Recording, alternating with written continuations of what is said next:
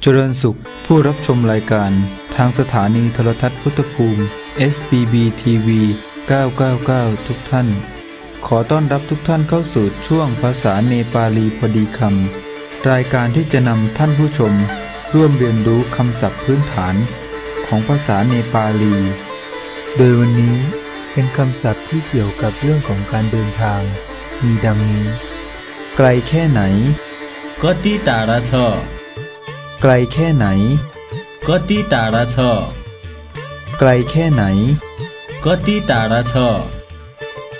จะไปถึงที่นั่นได้อย่างไร त्यहाँ कसरी जाने จะไปถึงที่นั่นได้อย่างไร त्यहाँ कसरी जाने จะไปถึงที่นั่นได้อย่างไร त्यहाँ कसरी जाने ใช้เวลานานเท่าไหร่ कति समय लाग्छ ใช้เวลานานเท่าไหร่ कति समय लाग्छ